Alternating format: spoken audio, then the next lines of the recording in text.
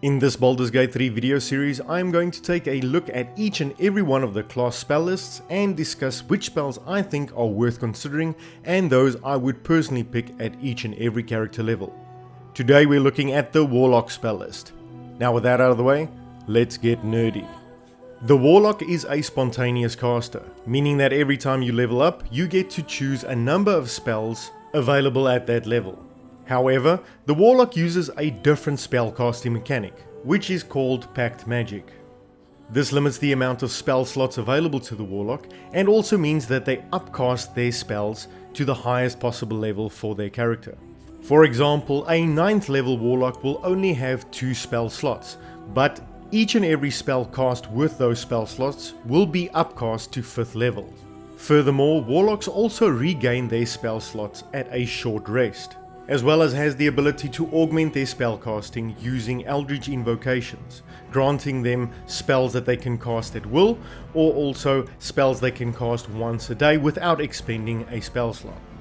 At level 1 in character creation, Warlocks can pick up 2 different cantrips, and there are 7 different cantrips that can be chosen from. For the first of these cantrips, it's a pretty no-brainer, it's the best cantrip in the game, and that's going to be Eldritch Blast. This provides the Warlock with a go-to damage dealing option, preserving their spell slots for when they are really needed. Secondly, I would say pick up a utility type of cantrip that is used outside of battle. There are a number of really good choices here: Friends, Mage Hand, or Minor Illusion, each that have their own place in the game as well as use case. This option will just depend on how you play the game, probably going to be picking up each of these as we go through. But for now, I'm going to be picking up Minor Illusion. At level 1, you're also going to be choosing your subclass or patron.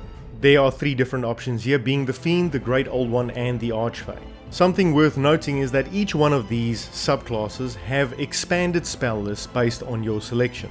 For this video, I won't be going into a huge amount of detail on the spells available for each one of the patrons, but it's worth investigating and doing some research before you choose your subclass.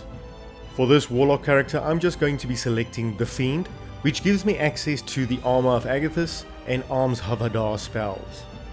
After choosing your subclass, you get to pick up 2 different level 1 spells.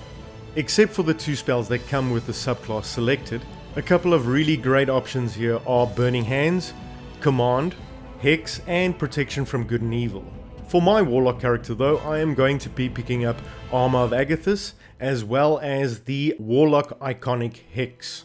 In my opinion, these are the 2 spells you're going to get the most mileage out of, because Armor of Agathis you cast once a day and it lasts for the entire day, and it also upcasts quite nicely. Whereas Hex stays active after casting as long as you maintain concentration, and if the enemy that is Hex dies, you are able to move that Hex to another combatant, using a bonus action and without expending another spell slot. At level 2 we get to choose another level 1 spell. For my choice, I'm going to go with Arms of Hadar, which is quite useful when you are being swarmed by enemies and you need to get the hell out of dodge, as it removes the opponent's reactions and essentially disables them from making opportunity attacks against you. At level 3 we get access to level 2 spells. Again, there are a couple of really nice options here, like Blindness, Cloud of Daggers, Crown of Madness, Invisibility, Mirror Image, and Scorching Ray. And this option is really going to depend on how you plan on playing your Warlock character. Is your Warlock going to be mixing it up in melee combat in the front line? Is it more of a blasting character standing in the back? Which should be taken into consideration when picking your spell at level 3. For my Warlock, I will be picking up Scorching Ray, because it's one of the better upcastable spells out there. At level 4 we get to choose another cantrip, and for this one I'm going to pick up Friends, giving my Warlock a little bit of utility in social conversation. And we also get to choose another level 2 spells, and this time I'm going to be picking up Cloud of Daggers. At level 5, Warlocks gain access to pick level 3 spells, a substantial boost to their spellcasting ability. Again, there are a number of really good level 3 spells. I would probably say the best ones in my opinion are Counterspell, Fireball, Hunger of Hadar, Hypnotic Pattern, and Vampiric Touch. Again, choose the one that works the best with your build, but for me personally, I am gonna go with Hunger of Hadar. Hunger of Hadar is a Warlock exclusive spell, and I just can't pass up the opportunity to make my Warlock as Warlocky as possible, despite sometimes not maybe being the most optimal choice. Right, on to level 6, and at level 6 I'm going to be picking up another level 3 spell, and this is going to be Counterspell. As in this point of the game you are going to be encountering some fairly powerful mages, and that's why I always make sure that at least 1 or 2 of my party members have Counterspell prepared. At level 7 a number of level 4 spells are available to pick up, and your options will vary based on the subclass of Warlock you chose. Nonetheless, all Warlocks get access to Banishment, Blight and Dimension Door, whereas the Fiend Warlock has access to Wall of Fire and Fire Shield. The Great Old One Warlock has the option to pick up Dominate Beast and Evard's Black Tentacles, which is a great spell, and the Archfey the option to pick up Dominate Beast or Great Invisibility. For my Warlock I'm actually going to go down a level and pick up a spell that I wanted to get a couple of levels back, and that's going to be the iconic Fireball. At level 8 we get to pick another spell, and again I'm going to go down a couple of levels and pick up Misty Step.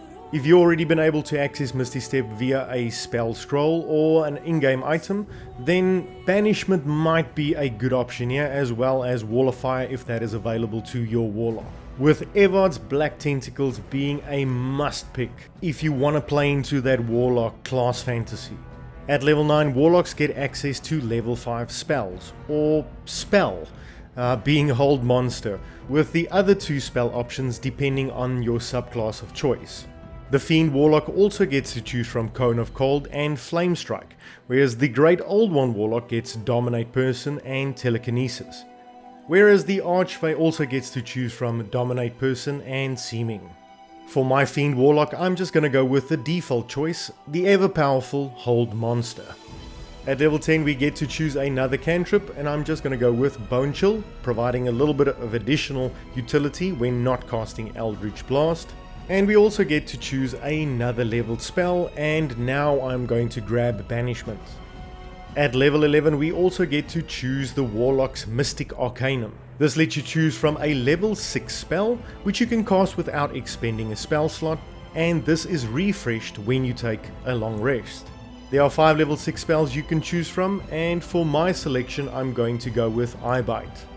Warlocks also get to pick up 1 more leveled spell at level 11, and even though it's fallen off a little bit in terms of the damage that it can deal, it does still provide a level of battlefield control, and that's going to be Wall of Fire.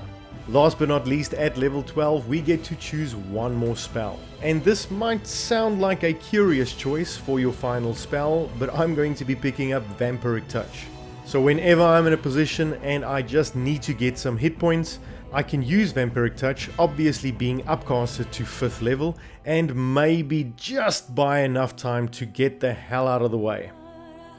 And there you have it folks, thank you so much for watching. If you enjoyed the content whatsoever, please leave me a like and maybe subscribe to the channel. If you want to have the chance to win a copy of Starfield, check out the pinned comment below. I truly hope to see you again soon.